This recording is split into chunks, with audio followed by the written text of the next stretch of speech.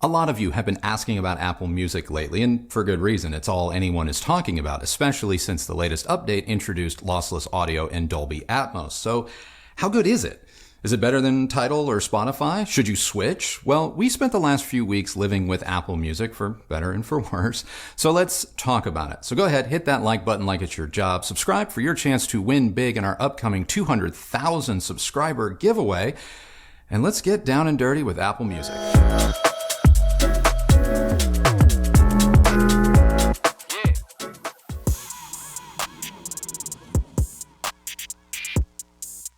In case you've been living under a rock and hadn't heard, Apple Music is Apple's own music streaming service, not that dissimilar from TIDAL or Spotify. It's not really new, however, despite all the recent news. The service was actually launched in 2015, though the latest updates rolling out lossless audio and Dolby Atmos music has made Apple Music feel like the shiny new audiophile toy.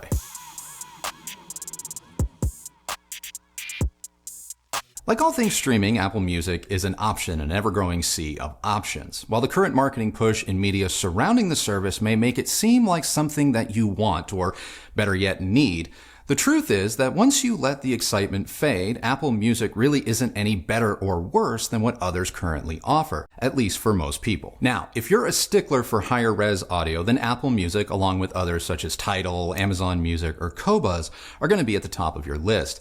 But even when listening to higher res music files like Apple's own lossless audio, there may not be an appreciable difference compared to, say, TIDAL's master quality, or MQA, content once you identify what each service might be doing to your favorite recordings, or if that leads to any difference over, say, CD quality. In other words, getting past the hype, the decision to go with any one streaming service will probably come down to preference and, well, maybe your hi-fi equipment.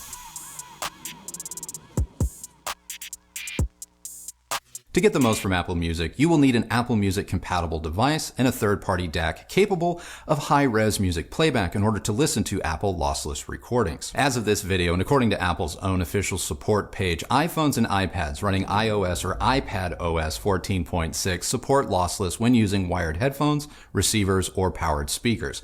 For sample rates higher than 48 kHz, though, you need an external DAC with that type of capability. Mac computers, even the new M1 base Macs, support lossless playback so long as you update to Mac OS 11.4. But like with iPads and iPhones, if you want to enjoy sample rates above 48 kHz, you need an external DAC. Good news for Apple TV fans who own the 4K version, you can access lossless audio as long as you're running tvOS 14.6, connect it to a compatible AV receiver or soundbar with an HDMI cable, and you're good to go. At present, Apple Lossless is not supported over Bluetooth, so this is going to exclude AirPods, AirPod Pro, and AirPod Max using a wireless connection, though if you're willing to tether, aka wire your headphones, such as your AirPod Max, using the 3.5mm to Lightning adapter, you will get lossless audio, but with an asterisk. Apple states, given the analog to digital conversion in the cable, the playback will not be completely lossless.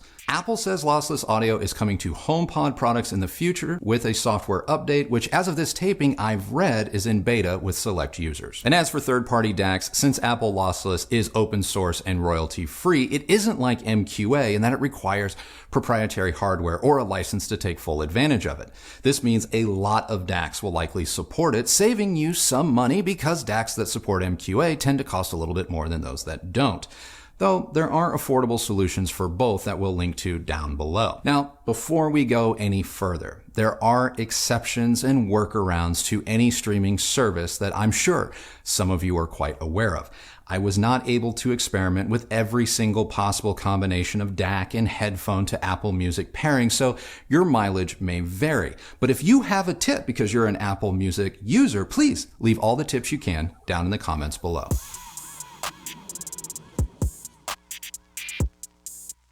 I will admit, when switching between Apple Music and TIDAL on my desktop setup, which at the moment is an M1 Mac Mini connected to an SMSL M500 DAC via USB into a pair of powered speakers, which you're going to have to bear with me, I don't want to name at this time because they're part of an upcoming project.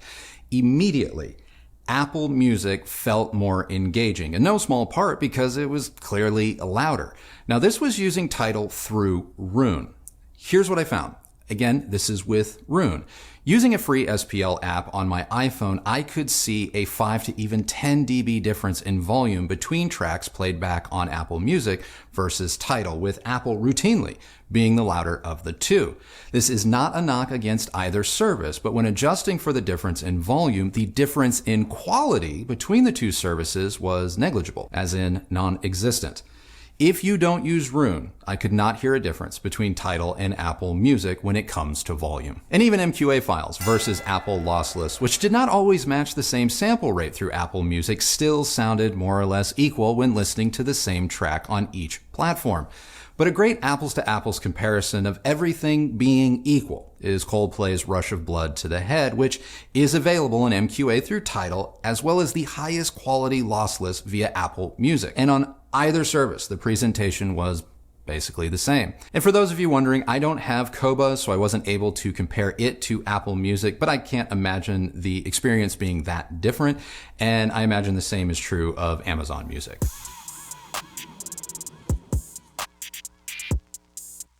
So if you haven't yet picked a streaming service, I would totally recommend looking at Apple Music because it appears very comparable to all of the other streaming services as it relates to album and track selection, at least the type of music or albums I like to listen to. And like I said, the quality, the sound quality of Apple Music appears to be competitive with all of the other services. So if you are an existing Apple customer and very much entrenched in the Apple ecosystem, Apple Music makes total sense. And I have to say, I think it's kind of cool that, well, barring a couple of headaches about system updates aside, Apple is essentially giving you, well, Apple Lossless and Dolby Atmos music for free, whereas other services charge extra for that. And speaking of charging more or less, Apple Music doesn't work on a tiered system the way other services do, at least not at this time. So for $9.99 a month, you can get an individual plan for Apple Music that includes lossless audio as well as spatial audio and Dolby Atmos music. To get that equivalent from TIDAL, the plan costs $19.99 a month. So for once in Apple's entire existence, you're not paying an Apple tax. And getting back to the fact that Apple Lossless is open source and royalty free, finding associated equipment that's going to work with the format and thus the service now and in the future is probably going to be pretty painless. You probably already have a DAC or two that will let you enjoy Apple Lossless files at their highest level, provided you have Apple Music installed on a compatible phone or computer, and both of those devices are set up correctly. Now, not all streamers currently support Apple Music natively the way they do TIDAL or Spotify, but I have to imagine that's going to change and change rapidly. And from what I understand, if you are a Sonos customer, you don't have to wait. So yeah, if you're an existing Apple customer and haven't yet pledged allegiance to a streaming service, I would totally take Apple up on their free 3-month trial. Just know that if you forget to cancel it, Apple is going to auto-enroll you and start charging your card after the trial is up. Just ask Kristi about her Calm subscription. It didn't make her more calm.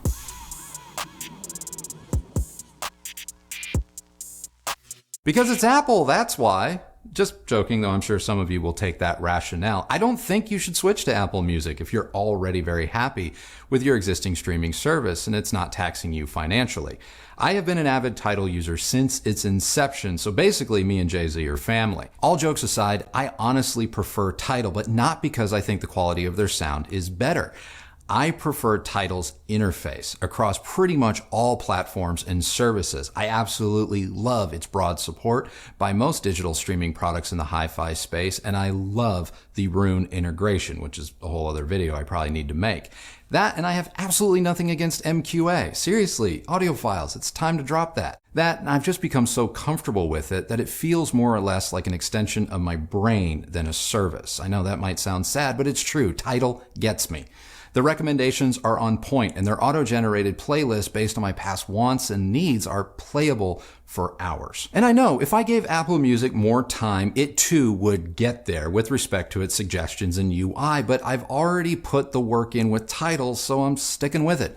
Honestly, and this is a total aside, I had to force myself to want to dive deeper into Apple Music and finish this video because the biggest knock I have against Apple Music is that I don't think its recommendations and user interface are there yet. Never mind some of the confusion over what equipment can or can't play lossless files. But I'm confident in the end, Apple will get there. And I have to suspect if you're a longtime Spotify or Amazon Music user, you're likely going to feel the same about the idea of switching.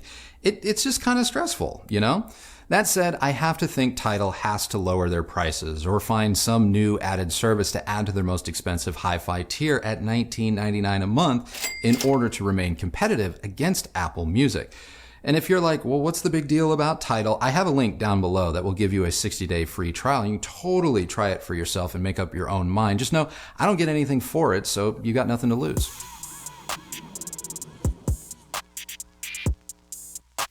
Both Apple Music and TIDAL offer Dolby Atmos music. Now, look, by my count, Dolby Atmos music is now the third legit attempt by the industry to get customers to buy into surround sound music, the two most notable past examples being DVD audio and SACD. Sorry to the 4 remaining SACD fans out there, but both formats were commercial failures. So will the third time be the charm?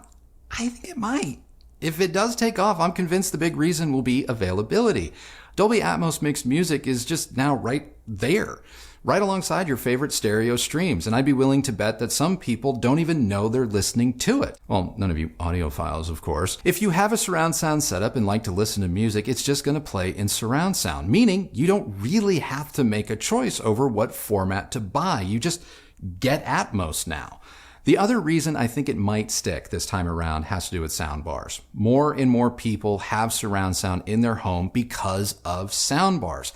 And Dolby Atmos loves themselves some soundbars. Frankly, soundbars make Dolby Atmos anything nearly as easy as listening to a stereo mix, so why not surround yourself in your favorite tracks? But Dolby Atmos isn't all about surround sound, at least that's what they keep saying. And while Apple's own wireless headphones may be somewhat left out in the cold with respect to lossless audio, they're not when it comes to Atmos and spatial audio with Dolby Atmos. So that's another potential win. All that said, while I can see Dolby Atmos sticking around for the long haul, I have to say it's just not ready for prime time. There are so few tracks that take advantage of the technology properly, which leaves you with maybe 1 or 2 good experiences. I mean, who knew WAP would end up being an example of good surround sound mixing? But there's still a whole slew of bad ones. I mean, Sheryl Crow, what the f***? That said, once platforms start rolling out new features like this and they're just sort of there, it's probably not going anywhere. So like me, you can check it out from time to time, see if it's gotten any better.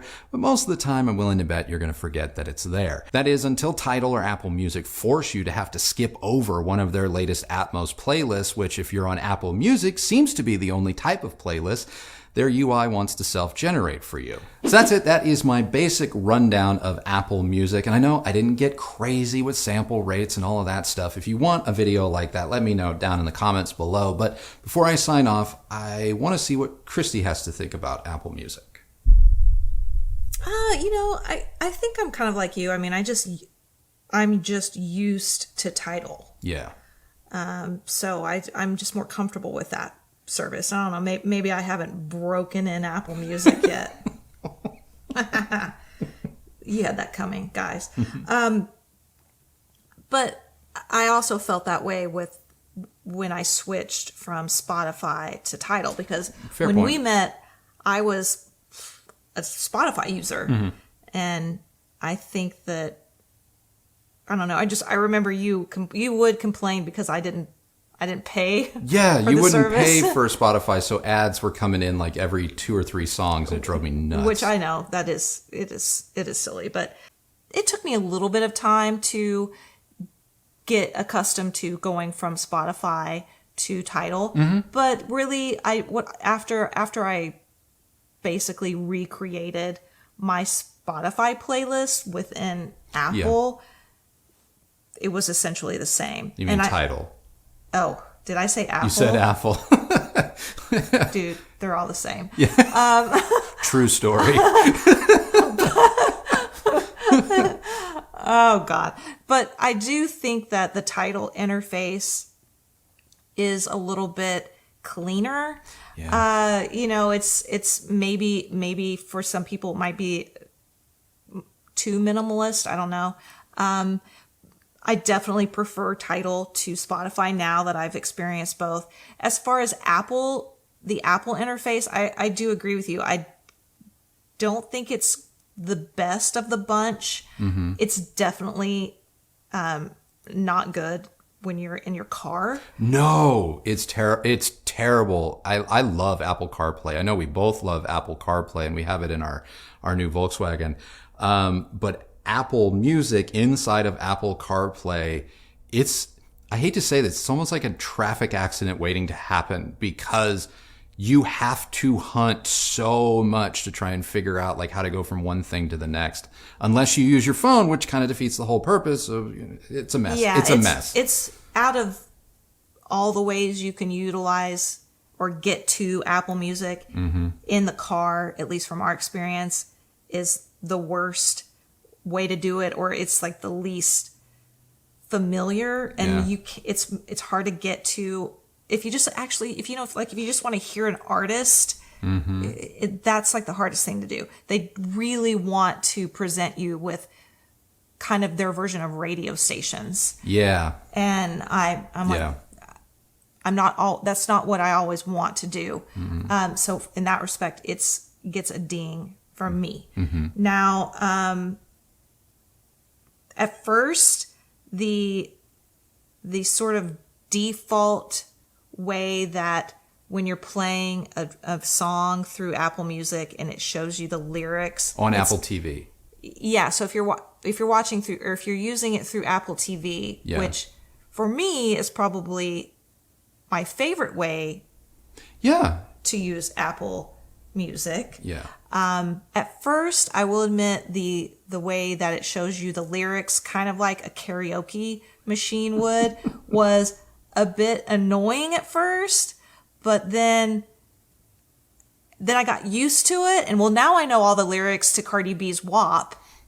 So that's educational. That's a plus.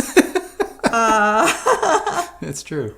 But I say, like with most things audio, get what you like, buy what you like, and be okay with it. Now, the only thing I will say in support of TIDAL is that this is something that I've always heard, but I actually did confirm, is that TIDAL does pay artists more for streaming than any other platform. And I know this because I checked with our friend Darren, who's a musician, in Savage Garden. He did say that, and I quote, "The short answer is yes. But because so few people have it," meaning TIDAL, "it doesn't make up for much of the overall streaming economy." But so, the bottom line is, if you value supporting artists, I would say get yourself a TIDAL subscription. Yeah, it's a fair point. It's a fair point, because a lot of stuff has been in the news lately about, not lately, but definitely over the past year or so, about how little streaming pays, especially like on the Spotify service. And that's been one of the big things about TIDAL and being artist owned, at least at its inception. I think a few more owners have come to the table now, but that was one of, I think, the original founders, Jay-Z being one of them. One of his big intent was like, how do we make sure that this benefits artists on the platform? And no doubt that's why it's one of the most expensive platforms there are. But why? I know I'd heard that as well. I'm sure that factored into my choice years and years ago. I don't think about it anymore. They just sort of bill me and it happens. And I think that's how a lot of people end up, I don't want to say stuck, but just end up with streaming services, is maybe you started a 30-day trial, 60-day trial, and then you just kept using it and forgot to cancel it. Oh yeah, that totally happens. And if you're buying it through your iPhone, as an example, which is like an iTunes purchase. Yeah. A lot of these free trials, they already have your credit card. So if you don't forget to cancel, what happened with freaking Calm subscription. Yeah. By the way, it does not make you calm. It didn't make you me calm. calm. It didn't help. She woke up the next day so angry. I wanted to sleep. I wanted it to help me sleep. It did not. So if any of you out there have insomnia, that app, it doesn't work. It will piss you off. Yeah. Anyway, just just be aware that you might be suddenly subscribed to something that maybe you intended to cancel, and good luck. Yeah. Getting that canceled, because they're not going to do it. You're going to be in it to win it for the next year. Yeah, I own this now. Right. But look, if you care about supporting artists, I definitely think that gives you a reason to choose TIDAL over anything else. Yeah. Because basically they all sound the same. They really do. I can't stress this enough. Like, in going from A to B on the same desktop with the exact same equipment with headphones. I don't even like headphones. You guys know I don't like headphones. I'm talking wired headphones into a headphone amp. I busted out all the audiophile stuff. I mean, there was no noticeable difference. There wasn't even a noticeable difference when comparing different bit rates once you got up past, supposed CD quality. It's all the same. It's all the same. And if they're marketing or advertising to you that they have that, and you see it in the window or the drop down menu, then they have it. Okay, they have it. You're getting it. Enjoy it. I can't even. This was one of the hardest scripts to write for me, not because of anything, but just because the minutia of streaming music makes my eyes cross. It makes my eyes cross and it makes my head hurt, because I just want to listen to the damn music, and sample rates and all that stuff just give me indigestion. I don't know how you guys do it. I really don't. So yeah, basically decide which one works best for you, and go from there and move on. Yeah, pretty much. I'm in total agreement. All right, so that is now our very basic rundown of Apple Music. What did you guys think? Let us know down in the comments below. And while you're down there, my question of the day, this one's so simple. What streaming service do you prefer? Let us know. Let us know. Please don't fight. They're all the same. There's no right or wrong answer. I'm just curious what you all are using. If you like this video, give it a thumbs up, like, and subscribe. Ring that bell so that you're notified when new videos come out. Again, you're going to want to make sure you subscribe. 200,000 subscriber video coming up. Huge giveaway. Got to be a subscriber to be eligible, so be sure to do that. If you use any of the links that Kristi left for you down below, know that that is a great way that you've continued to show your support for this channel and the work that we do here, and we both thank you all very much for doing that. Follow me on Instagram at Recovering Audiophile, and remember, the only person who has to like the sound of your system or your choice of equipment or your speaker is you. Shut the up. It's true. You're the only one that has to like your system. So, happy listening. Thank you for watching. And we will see you on the next video. Bye.